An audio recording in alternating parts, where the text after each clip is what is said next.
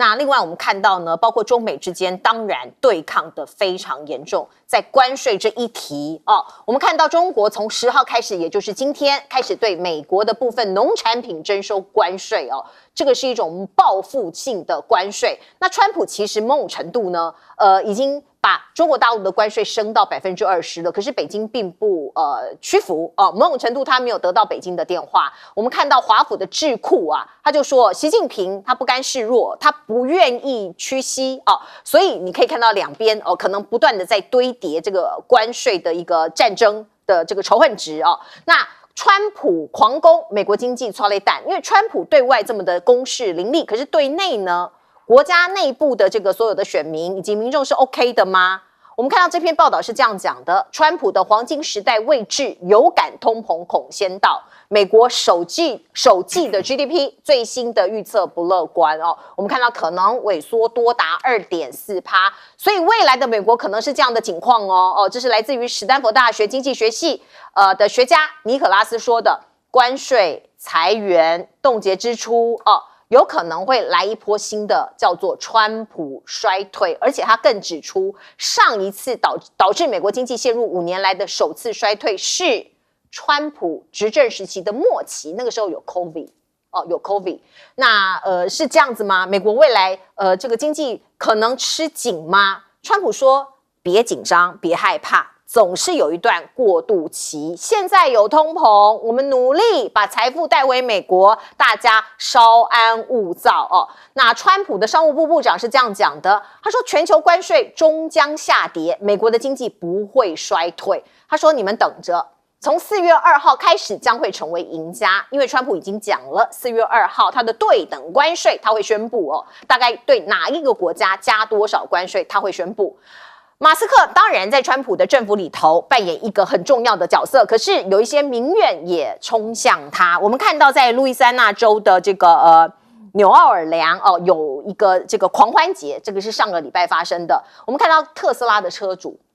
开过去之后就被民众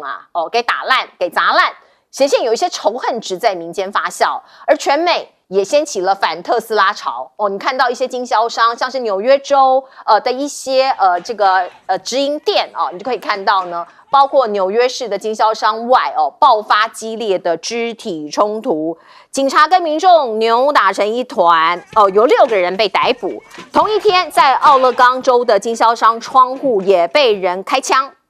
在7号，科罗拉多州同一天，经销商又遭人丢掷燃烧弹纵火。所以为什么都是针对特斯拉？为什么都是针对这个车商所以我们可以看到马斯克他其实就讲，他说这是阴谋，有人故意纵容的，或者有人故意鼓动的。他直接点名索罗斯、霍夫曼这2位富豪，以及 Act Blue 为幕后黑手。这个Act Blue 是什么？它是民主党的一个募款的平台他就说是你这个募款的平台去抖内给一些民间团体，让他们去到处打砸烧尤其是针对特斯拉。可是现在也没有实质的证据这个就是 Elon Musk 自己的说法那我们再来看看呢，去年有一些人投给川普，可是现在被解雇了，他们就很不开心因为来自于一些包括经济可能希望能够拉抬的人，可是在一些尊节的策略之下，他们被解雇了所以他们也上街头去做一些抗议所以川普其实面临的外跟内有很大的压力。那另外一个地方是中国大陆，中国大陆呢现在说是悄悄的进入马斯克的企业英国媒体就来这个揭露有很多的投资超过7亿进去马斯克的各种的企业包括你看到 XAI 大脑晶片还有 Neuralink 还有 SpaceX 这个都是马斯克的一些旗下的一些企业集团。那华邮报道了一个独家的报道，说是祖克伯过去为了想要把脸书进去中国曾经打算雇人审查内容，要压制意见，因为它要符合中国市场嘛，所以它要做意见审查就是打压意见，然后以便可以进入中国，这是商人的计算吗？来，请教亮哥。这个中国大陆，我觉得它不可能对美国的贸易战示弱了。事实上，美国已经加2波10%了嘛。所以你总的讲，目前中国对美的这个出口的关税已经34.5了，因为本来平均关税就是14.5，它加2次10%，而且它是通通加，它没有限项目啊。那中国大陆还是看起来就是无动于衷啊，而且在反制美国的农产品嘛。我不认为中国会让步了，因为中国出口到美国大概只有11%，所以就看你川普要怎么弄啊。反正我觉得科技战他也不会理会了，反正你要不要交朋友嘛，随便你，有点这个味道，而且都讲得越来越刚了，连那个驻美国大使谢峰都讲关税战、贸易战，不管什么战啊，我都奉陪到底，话讲到这里耶。然后我又看到后来又加码，战斗到底，战斗到底。不，因为那个美国的防长说，军事战斗谁怕谁啊？热战、冷战都不怕。哎，对，结果他们就回战斗到底。所以坦白讲，双方都有点面子都上来，火气都上来了。所以短期大概，因为川普本来有个幕僚说什么100日内要访中嘛，对，目前已经50天了，看来是毫无迹象。所以川普可能先去忙俄乌战争，先去忙4月2号的对等关税再说吧，可能是这样了啊。那马斯克从承众矢之的，坦白讲，我一直劝他要穿防弹衣，已经2个多礼拜了啊，因为我是蛮尊敬他的啦，因为做世界首富还愿意来淌这个浑水啊，那对美国的浪费腐败来做这么大的一个作为啊。可是我认为连川普的内阁恐怕对他都开始不满，包括卢比奥跟他就吵起来了。那美国的交通部长也直接骂马斯克，说你那个飞航管制的人乱砍，导致我们飞安事件变多，这种事情，所以我觉得，那结果川普和事佬，可是感觉川普开始谨慎起来了。川普说：“你不要都用砍刀啦，你要改用手术刀啊。问题是马斯克就是不会手术刀嘛，直接用砍，他都用砍的嘛，大刀一挥，他对行政系统又没那么熟，对，所以现在的问题就在于，我认为可能因为川普，我那天看了那个联邦政府，最近川普上任40几天来。”已经被干掉了16000多人了，很可怕，其实蛮多的，所以当然会引起很多的抱怨啊。那这里面我们还没有讲到最可怕的那一群呢 ，CIA 的，对 ，CIA 早退了也有2000个，所以我认为，坦白讲了，马斯克又不像川普跟 Jelly Fans 有密情局保护，可是他自己首富他应该有很多的保镖吧？不是啦，可是密情局还是比较专业啦。他现在连特斯拉股价都跌，然后有人去烧他的电站，一大堆人做反宣传，然后现在新链也在被骂，因为乌克兰栽他赃嘛。说你是不是把我们关掉，或者把新链的密码告诉俄罗斯，害我们都被攻击。对，其实这个没有证据啦，说实在啊。不过马斯克也是乱讲话了，那个 ActBlue 根本就是一个平台，它并不是一个金主。可是他在怀疑啦，因为他是觉得这是一连串的。我知道啦，可是我跟你讲，这个就很麻烦啦，因为 Jelly Fans 那天带他3岁的女儿去滑雪，对，被人家围啊，是啊，对不对？那马斯克更是始作俑者，就是他直接砍人的，对。所以未来真的很难预测了，可能在公开场合要非常小心，非常小心，要非常小心，非常小心。大中，我也非常同意哈。我觉得目前马斯克是承担所有的这个压力，就是川普要做很多的事情，尤其在内政方面，其实是马斯克就是个棋手，因为他是竞选工程哈。你看上一次他跟卢比欧在白宫这个吵架的画面，其实川普是拉旁边这个卢比欧的手，就是按捺一下。对，因为马斯克没有办法这样被压制的，因为马斯克现在又得到川普的尚方宝剑，基本上是挥哪里就砍哪里。虽然大家川普讲说要这个手术刀精准打击，但是马斯克他最引以为傲的就是把大剑具拿出来啊，他要做的是又快又凶又猛，400个联邦机构要砍到99个，包括这个平衡这个联邦的财政赤字都是。那怎么可能？这个怎么可能是用手术刀去完成呢？那个就要来不及，对，也太慢，完全不符合马斯克所要做的东西。效率对。那现在有个讲法，就是说，看起来马斯克在川普2.0里面，至少现在是政治影响力是扶摇直上，但他对他自己的本业，比如说尤其是特斯拉，好像不见得那么妙，因为去年是特斯拉大概连续13年来第一次它的这个营收是小降1%。那这里面还有一些比较特殊的数字，是去年是180万辆交车，那美国是下降，可是中国大陆的销量是往上走。都是非常接近，是美跟中的这个比例非常接近，所以现在大家就在看2025年到现在3月，1和2月，其实特斯拉在中国大陆、澳洲包括德国都是大幅的下降，这是一个小小的警讯。那第二是我还蛮同意刚才这个亮哥所说啦，我也觉得目前习近平的做法是第一个是非常审慎，就是兵来将挡，水来土掩。那这个其实他是有教训跟经验的，就是川普1.0。那第二个是看看川普目前对加拿大、墨西哥这种反复停起，一下说要开动，一下说暂缓1个月，一下说开动，一下说符合美墨加协定的又暂缓。所以这给这个可能给这个习近平阵营里面一个启发，就是你要有自己的定力。就是说，所以到目前为止，只要川普下手2次10%，到现在34.5平均，那基本上是等比例，就是我大概可以回应给你们，其实这清单中国大陆都准备好了。那目前还有一个地方比较难以判断是，川普1.0的时候，美中撕破脸花了15个月，但现在会不会更快，不得而知。因为所有从讲话方面、口径方面，中国大陆官员是不示弱的，意思是说，其实不是川普要面子跟里子而已，难道习近平不需要吗？你在做任何的大的一个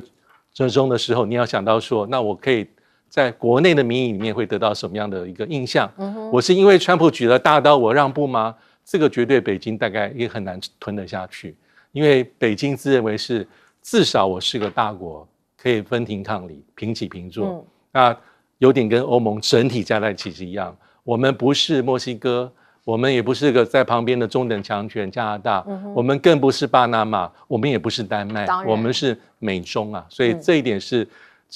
我觉得值得再看一看的这个事情。没错，来请教严老师。我觉得川普这创造出一个混乱。我今天才跟在美国的朋友在讲到这个川普这么混乱，他说这就是他要的啊。他说他就是混乱当中，他跟他的好朋友才能够获利嘛，才能够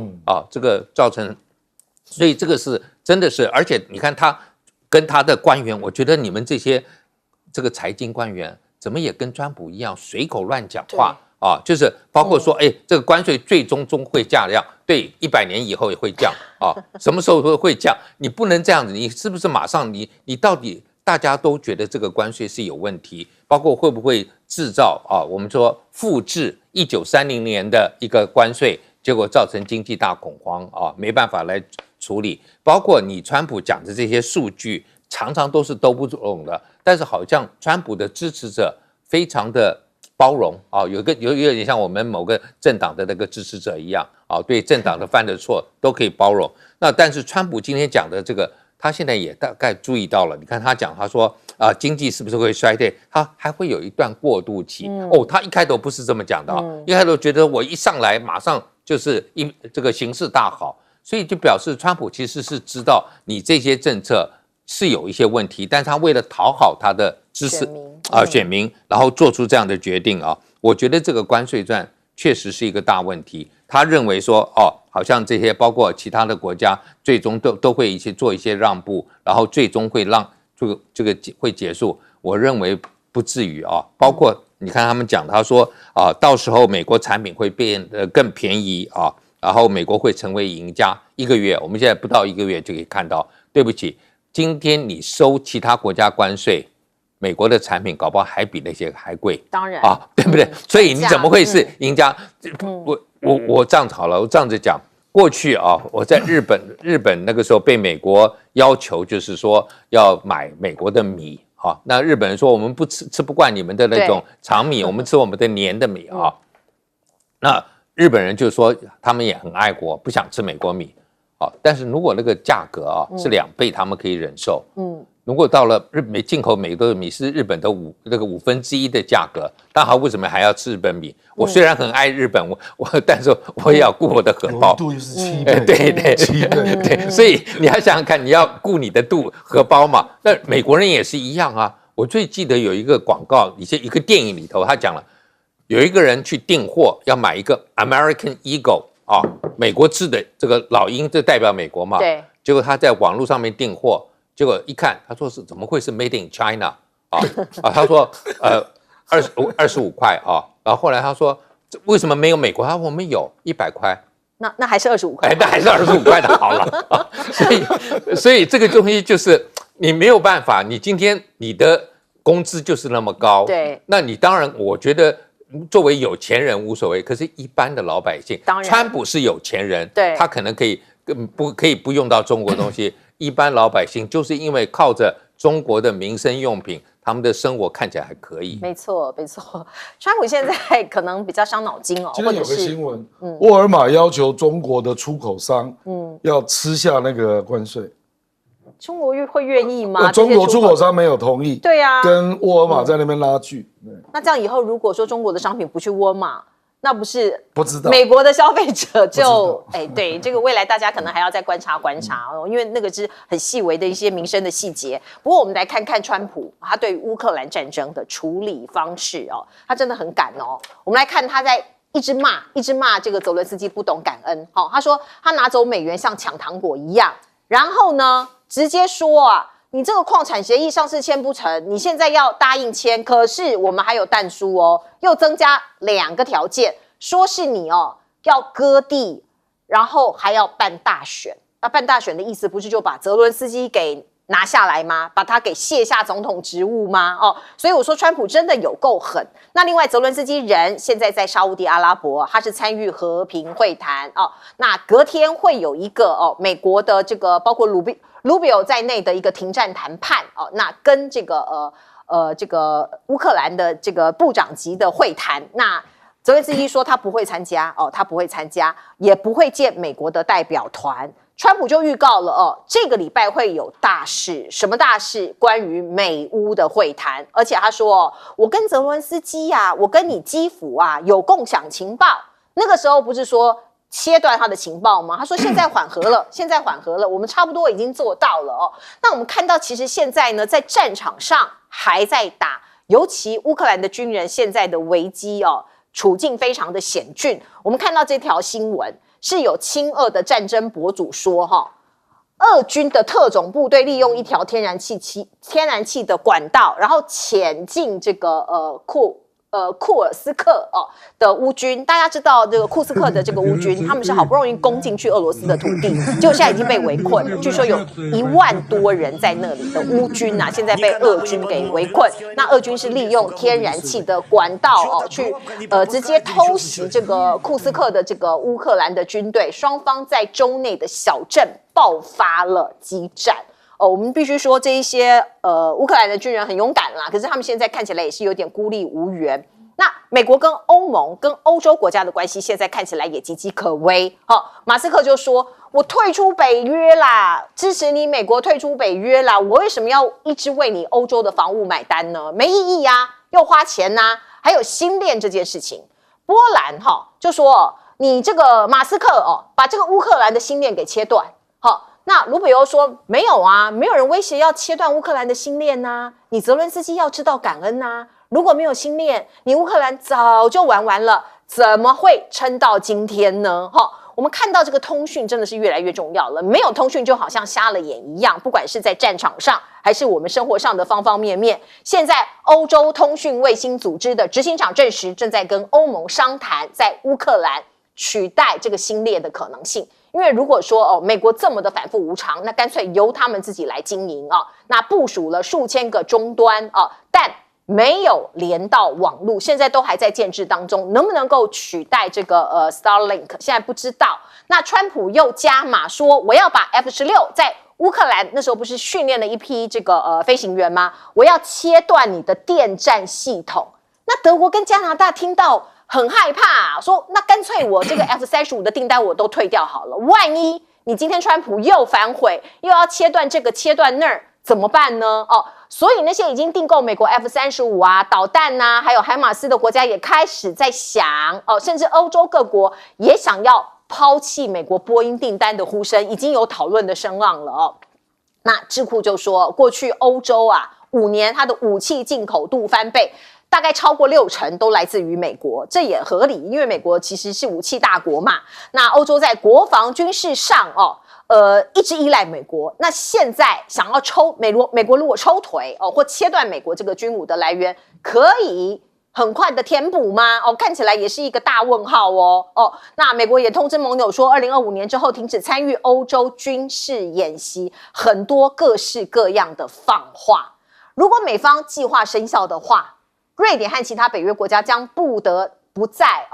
没有美国参与或者是仅有小规模美军参与的情况下规划演习。大白话讲，未来欧洲要自立自强了，在军武方面。来，先请教亮哥。这个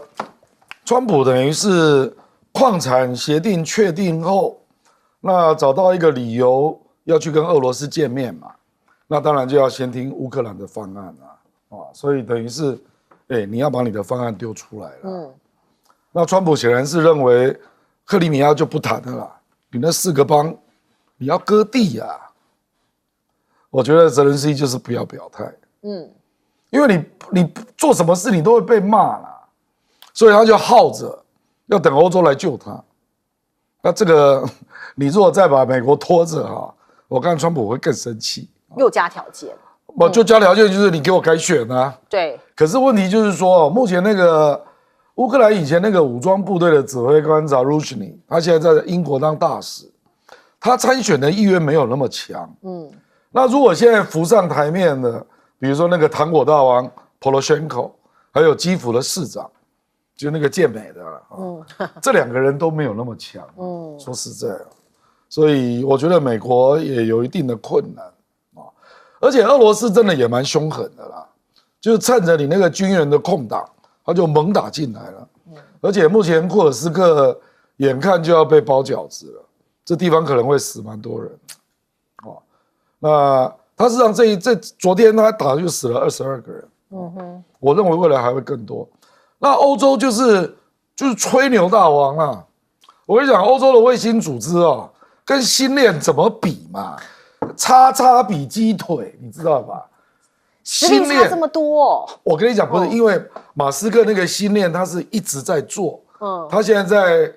在空中至少超过5000个卫星，低轨卫星，他的目标是12000个。现在不知道可能到6、7千了啦。欧洲才几个啊，而且非常的散。你没有办法聚焦说乌克兰某些地方你可以看得很清楚。还有第2个是联网，因为星链还可以联网。你欧洲卫星没有能力啊，你没有办法连到互联网所以而且星链在全世界有几百万个用户，那有一些情报是可以汇聚的。这个欧洲卫星也没有这个能力啦。我跟你讲，欧洲就是吹牛大王你只要看到马克龙出来，你就知道一定是吹牛的啦。天哪！基本上实现的几率是0啊。这么惨。我觉得非常没有办法取代美国了。我这样戴高乐之后，欧洲就一直说要成立国防军啊，请问多少年了？已经50年了啦，超过了。欧洲的国防军在哪里？我后来去查欧洲各国在川普施压之前的那个国防预算占 GDP 的比例啦，法国只有1.2%，德国只有1%，你这个太没有诚意了吧？意大利1%，西班牙1%，加拿大1%。你这个说要跟美国比，美国是一直3到3.5%这样的国防预算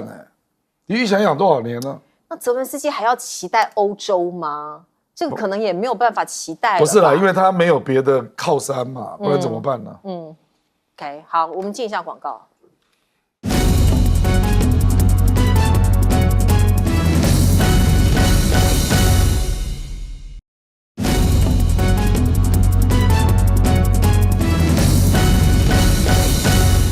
好，川普真的是步步紧逼对乌克兰。他说：“你不知感恩，下一步他要怎么做？来请教大中老师。对，因为前一阵子应该都是川普在敲打乌克兰泽连斯基哈，就是其实川普的态势就是说哈，你的利益我来代表乌克兰在谈判桌上，虽然你可以上，但是我来代表你的利益，所以我要先跟你搞定一些事情。那这个事情很明显就是，不管是矿产协议或是其他，基本上经过上次大吵架之后，我觉得泽连斯基表面上是服软了，而且用字遣词就非常非常谨慎跟小心。那现在其实川普在玩一个任务，其实不容易，因为他最新的消息，他也在骂这个俄罗斯哦。他的讲法是说，因为主要是因为这几天俄罗斯发动大攻击，对，包括对基础建设的这个攻击，还有包括刚刚讲库斯克的乌克兰军队是面临到很大的危机，因为他被一分为二，很危险，有可能被围而歼之，所以这一点其实有可能会影响到战场的平衡。那因为其实当川普在压制乌克兰的时候，其实有个小风险，这风险就是这个俄罗斯趁机。那既然你说要断军备，要停止这个军事情报分享，那在战场上，俄罗斯可以趁这机会，尽可能在真正上谈判桌有实质有效谈判之前，更大程度的攻城略地，或是把这库斯科的这个过去被拿掉的东西再拿回来。所以川普现在玩的地方是他两面都要维持一个平衡，刚好可以上谈判桌，有一点像是前一阵子是乌克兰把它立起来，那现在是俄罗斯这边要倒掉，他让两个这个都能够在这桌子上立起来的状况之下，才能够让川普达到这谈判的目的。那还有一个地方是一定是三部曲，先停火，然后和平条约、和平协定，第三步最难的地方可能才叫做重建。那目前来说，大家都说欧洲扮演什么角色？我认为在川普的这个想法里面，的确有你的一席之地，但你一席之地可能就是比如说维持和平，还有后来的战后重建。但现在根据一些媒体的报道，其实因为这个普丁也不是吃素的，普丁的讲法是说，北约不用想，即便是欧洲的各国组成自愿性联盟去维和也不用想。他说的是中立国家在暗示，谁是中立国家？不外乎印度啦、中国大陆这样国家。但这一点欧洲是不放心啦。对，好，我们进一下广告。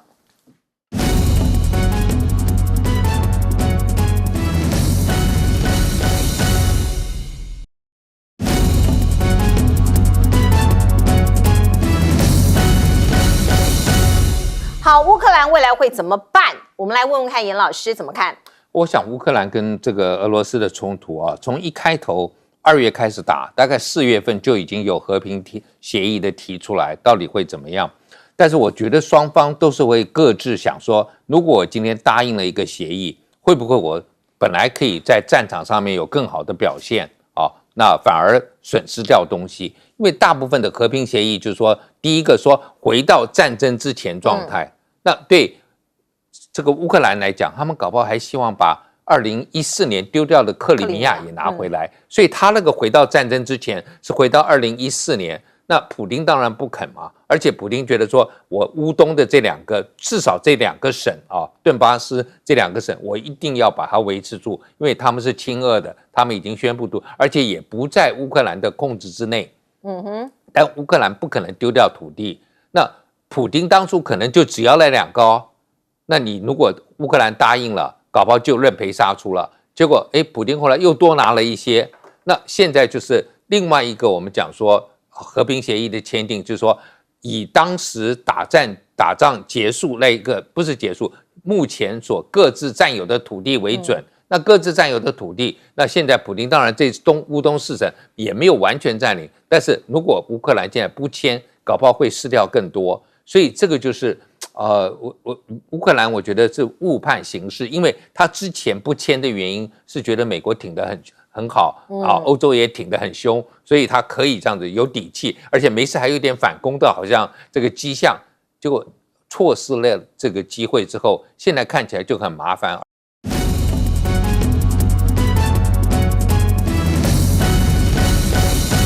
好，欢迎您回到新闻大白话的节目现场，我是前次介绍这1个小时的来宾。首先是耶鲁政治学博士郭正亮，大家平安。政大国关中心兼任研究员严正声教授，主持人好，各位观众大家好，以及淡大战略所教授李大中。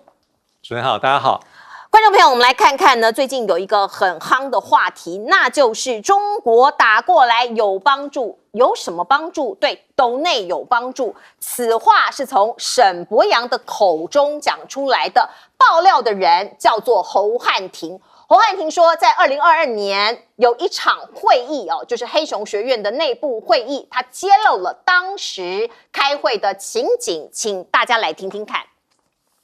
所以那时候这个当然大家就不要讲出去，但是当时资助我们蛮重要的是 AIT，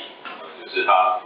给了我们一笔经费，让我们可以进去办基础，然后他们也来看一下，需要修正啊什么等等之类的哦。所以他其实就是会到我个人账户，那我再全部提出来。好，大家听到这一段录音档是从2022年某一场会议9月16号哦，黑熊学院的11名人员召开的实体会议里头，那当然是有人录下来，然后交给这个侯汉廷，侯汉廷就把它给揭露出来。那沈伯洋也没有否认哦，说对啊，怎么了吗？这是我们开会啊，我们在募款啊。可是侯汉廷就说啊，黑熊学院算哪门子的研究补助 ？AIT 的钱还直接进入个人的账户，呼吁沈伯洋好好交代金流的明细。钱从 AIT 来，可是你流去哪里了？你做什么样的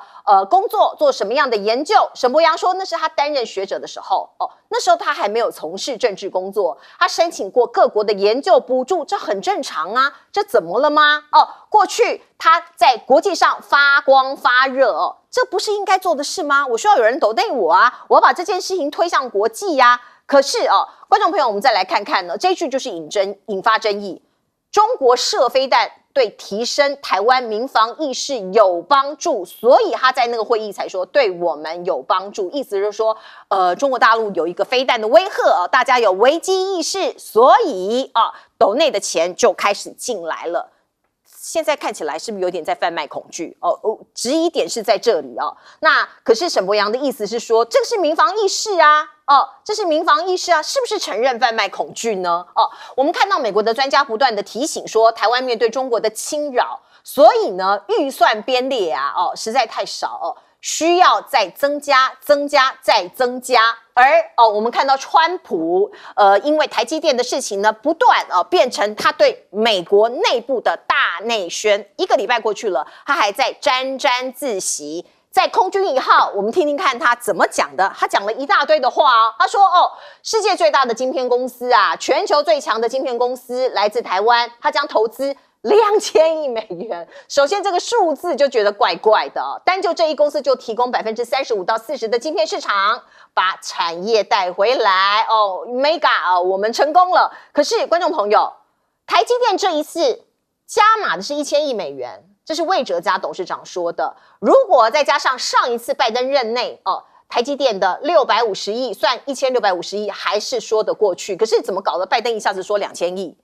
是另外又增加了投资吗？还是说拜登随便乱讲？川普随便。对不起，川普随便乱讲，因为川普常常好像就是这个数字，不止台积电啊，可能不止台积电，我还有们现在搞不清楚之类的。对，我们现在搞不清楚。好，我们再来看看呢，包括川普说台积电魏哲家是美国政府给世界的讯息，美国制造没有关税，他等于是把魏哲家当做一个示范。他说：“你看，台积电来喽，没有关税哦 ，Made in USA 哦，跟全世界这样讲。”可是来看看杨应超怎么说。杨应超讲了一个大白话、大实话。他说台积电去美国才不是因为关税嘞，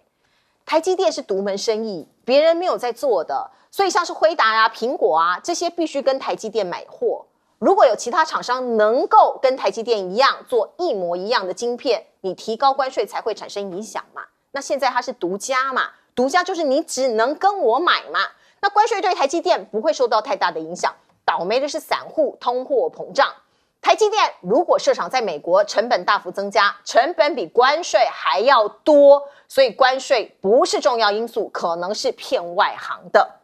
这是来自于这个华尔街首席外资分析师杨应超的说法。关于台积电到美国去投资这件事情，当然我们在台湾有很多的讨论。可是呢，现在必须讲这个股市股民可能要先安抚。我们来看看今天台积电早盘以1005元平盘开出，一度下滑到992，失守了1000元关卡。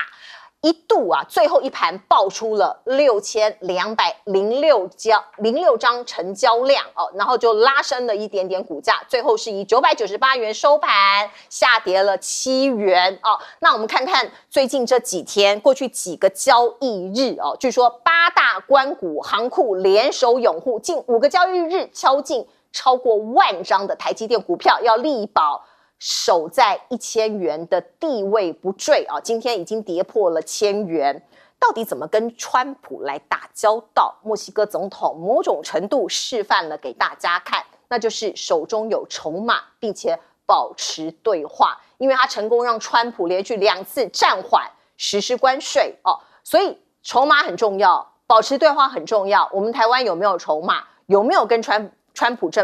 政府保持对话哦，我都打一个问号。另外，我们看看加拿大哦，因为他们的总理要换人了。这一位总理过去曾经做过加拿大的前中央银行总裁哦，他叫做马克卡尼哦，他是对美的鹰派，虽然是政治素人，可是他强调加拿大永远不会成为美国的一州哦，也说加拿大会赢得贸易战，大家要对川普硬一点哦，所以你看到白宫经济顾问说，对加拿大关税可能会再延哦。你跟他讨价还价，你对他硬起来是有用的某种程度。来请教亮哥，我那个 AIT 是有公共外交部门，那它通常是提供学者到美国去做研究啦。这个就好像以前那个美国新闻总署也有提供。比如说 Fulbright 的学者奖学金嘛，那不是让人家搞黑熊学院的啦。以前没听说过，没有啦。你说 AIT 补助一个台湾的民间团体，我坦白讲，我真的没听过。学术交流有啦，哦，而且它也是公开的，它有一个单位叫 PDS 嘛，叫 Public Diplomacy Service， 这是真的啊。可是如果是沈伯洋的学者期间的个人美国交流活动，那没问题。问题是你是在黑熊那边演讲啊，他那个演讲就是我不知道侯汉廷怎么拿到那个录音带，他是在对黑熊的11个成员讲话嘛，那他姨父又说，哎呀，这个 AIT 的钱好像也是黑熊的，然后后续就说，黄文菊其实我也认识。黄文菊是一个非常热心的人，台派，那支持台独嘛，那黄文菊就说：“我也要支持你们的活动啊。”重点不是这一些，第一个就是 AIT 怎么会给黑熊学院钱呢？因为一般是给学术交流啊。那第二个是他讲的那句话啦，飞弹打来才好哦，我们募款更容易。那你平常做认知作战，就是希望台湾有更多恐慌。就方便你赚抗中保台的钱，是不是？坦白讲，这个是道德问题啦。这个台湾有很多独派啊，可是独派不一定像你这样在搞钱啊。而且跟沈伯洋有关系的单位，在他当立委之后，还不断的申请补助。坦白讲，我还没有见过台独这么爱钱的，就你啊，就你沈伯洋啊。没有假借你的关系吗？不然怎么那么多单位都在跟政府申请补助啊？都是你待过的单位。然后，台湾民主研究室也跟索罗斯基金会申请钱，4400万台币。我在台湾，我认识的独派少说也有1000个。我在民进党30年呢，我认识那么多的独派，从来没碰过一个人专门打着抗中保台在赚钱的嘛。就是你沈伯洋嘛，这侯汉廷开记者会完全合理啊！你这种根本道德有瑕疵嘛，一天到晚在赚钱嘛，然后赖清德还要把你当作不分区第1名，这才鬼怪嘞！我根本就怀疑是美国推荐的，不然你凭什么当外交国防委员会主委啊？招委，对不对？你才当第1年呢，才当第1年就当外交国防委员会这么重要委员会的召委，而且柯建铭还生气，什么资历也没有，对不对？陈冠廷人家好歹还在国安会待过啊，他在国安会上过班啊，我也认识陈冠廷跟陈明文啊，你什么都没有，而且他的本科是学犯罪刑法，对，犯罪刑法，你也不是搞国安的、啊，你凭什么当外交国安委员会主召委啊？根本就认定你是美国代理人嘛，不然怎么都是你在拿钱呢？这一点不止沈伯洋要说清楚啊，赖清德要说清楚啊。沈伯洋凭什么当民进党不分区的男生第1名？凭什么？沈伯洋凭什么呢？外交国防委员会的召委，凭什么？自我堕落嘛。民进党会有今天这种地位吗？自甘堕落嘛。有这么多的人可以来争取男生的不分区，沈伯洋凭什么当第1名？你还不说清楚啊？还认为台湾被飞弹攻击方便他募款呢、就是有这种人啊。我跟你讲，这个跟大陆的民运人士一样，大陆民运人士也有很多是玩真的，有一些人是假借人权募款，这大家都知道，对啊，对不对？沈伯洋就是这种货色啦。民进党还在沾沾自喜，真是自甘堕落啊！所以民进党是被骗了，还是真的像亮哥这么生气讲？我不知道，自甘堕落，他可能受到压力啊。受到可能美国的压力。赖清德对了台积电也不好讲话啊。他可能是有压力啊，谁知道？的确，这是一个非常非常严重的问题，因为沈伯洋其实在2022年之前，很少人知道这个人是谁。突然在2017年从美国回来之后，没几年当红炸子鸡，而且他对于拿到 AIT 的钱来发展黑熊学院这件事情，他觉得这个没有什么啊，这个有什么好怀疑的？他的态度也让人觉得有点不可思议。来请教大中老师。通常我们学界接受比如说申请一些个人的访问研究，这样的经费是很正常的，不管是欧洲啦、日本啦，或是像美国啦，刚像所提到，比如说富尔布莱特等等，那都是还蛮常见的。那以这样机构的补助，真的是比较非常非常罕见。好，所以这后面到底什么原因，可能也应该要进一步的去理解啦。那我回到刚才这个这个看板上所提到的那个左下角哈，因为现在当然每位学者专家都可以有他的一些看法对台湾啊，因为老实说哈，这1-2年其实当美国提到台湾，其实跟川普非常像，但只提2个，一个是半导体，一个是国防，第3个可能是社会韧性。那这位保守开智库他的所提的这些论点，当然可以做参考，但他有2个重点哦，跟台湾目前的看法可能不尽相同。第一个是他认为台湾把太多的经费花在可能是比如说节能减碳这个碳中和，